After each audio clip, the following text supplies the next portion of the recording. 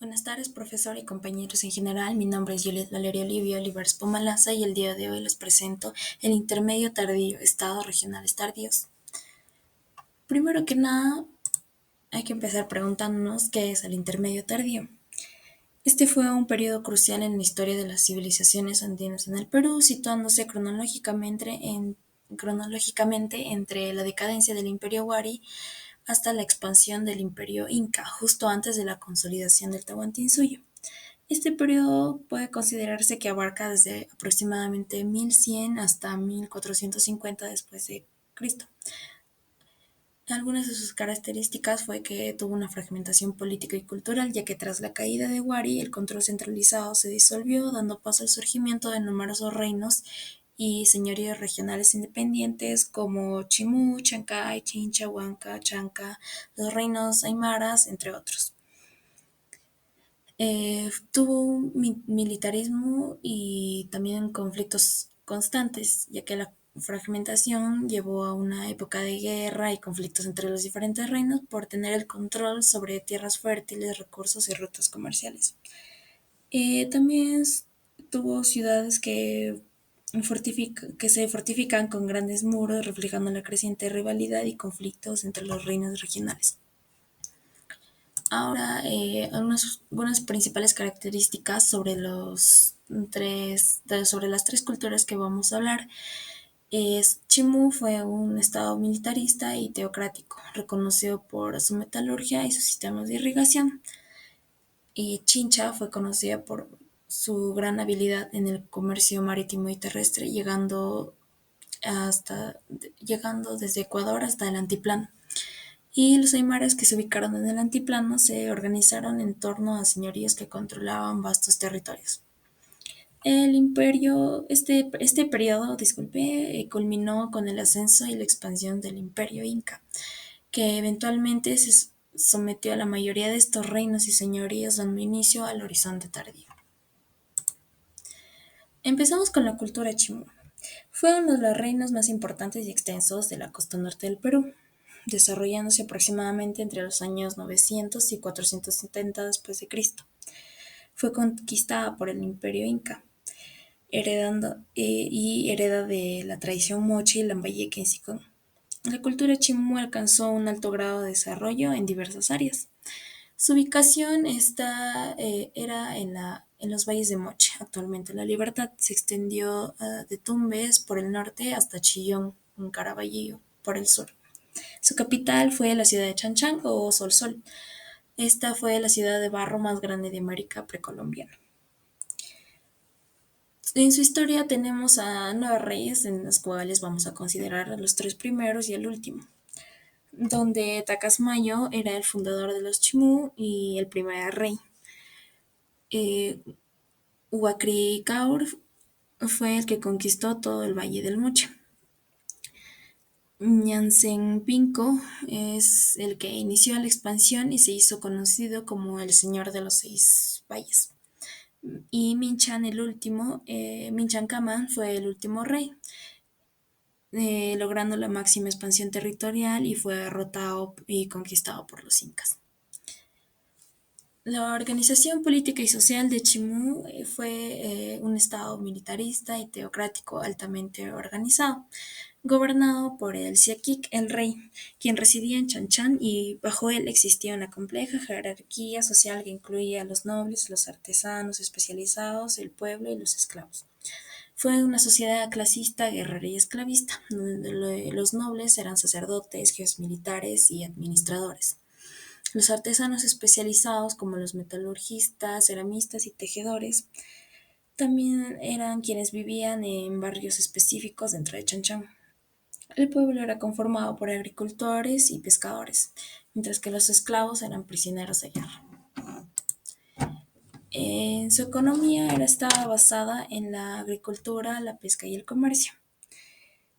Eh, Resaltando ya que tuvo un gran desarrollo gracias a sus conocimientos en ingeniería hidráulica, además de técnicas de sembrío como los huachaques, que eran chacras hundidas para aprovechar el agua de la napa freática del subsuelo, también empleando abono natural para la fertilización de sus suelos. Para la pesca utilizaban los famosos caballitos de Totora y su comercio eran unos grandes comerciantes, ya que llegaron a comerciar con los chinchas y por el norte con las regiones próximas al Ecuador. Su artesanía su artesanía destacaban en la producción de cerámica y en la metalurgia, especialmente con el oro y la plata, textiles y objetos de lujo. Su orfebrería tenían el dominio de las técnicas del martillado, el repujado y la soldadura, con los materiales que ya mencioné, que son el oro, la plata y el cobre. Su cerámica era monócroma, utilitaria, elaborada con modelos, y su máxima representación fue el Huaco Silvador. Y su arquitectura empleaban el adobe y quincha, con un ejemplo de Chan Chan, que es la ciudad de barro más grande, y la Huaca del Dragón con la Huaca pintada. Continuamos con la cultura chincha, donde se ubicaba en el Valle de Pisco y Canasca y Acari, donde su centro de mayor poder fue el Valle de Chincha. La cultura chincha fue un importante señorío que se desarrolló también entre los 900 después de Cristo y 1470. En la costa sur del Perú destacó por su extraordinario desarrollo en el comercio a larga distancia, tanto marítimo como terrestre, lo que la diferenció de otras culturas contemporáneas. Su capital fue la Centinela del Tambo de Mora, que es el centro de comercio, agricultura y navegación. Su organización política era por un señorío dominado por una casta sacerdotal que contaban con el apoyo de una casta de guerreros y una casta de comercialización. Su organización social era por sacerdotes, jefes militares, comerciantes, clases.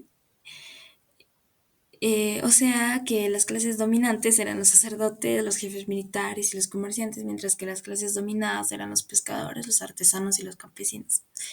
Aquí, como podemos ver, también tenían su nobleza, los comerciantes, los pescadores y los agricultores.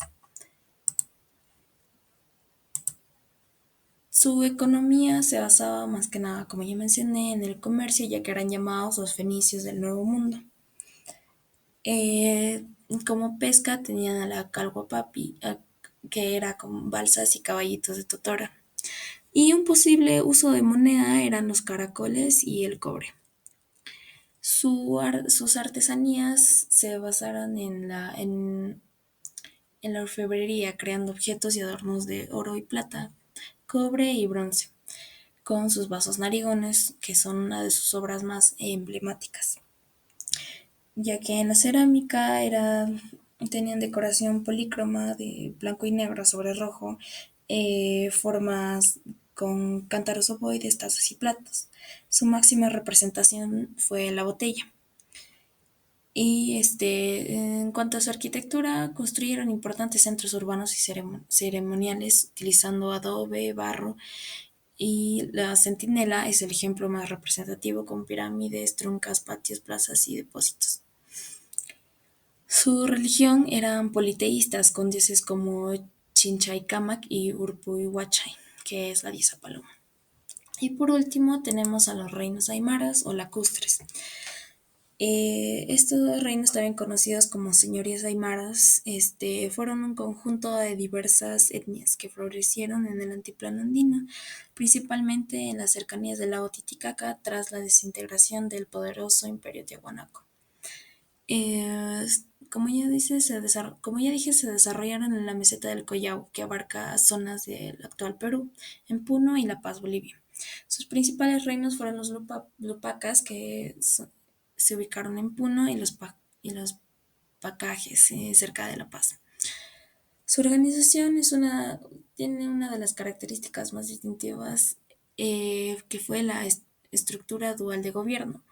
Cada reino estaba liderado por dos autoridades, a menudo una para el sector de arriba, Hanan, y otra para el sector de abajo, Juri, lo que reflejaba la cosmovisión andina de complementariedad. Por ejemplo, en el caso de los Lupacas, sus gobernantes eran conocidos como Cari y Cusi. Debajo de estas autoridades existía una nobleza y una jerarquía de curacas de movilización a la población.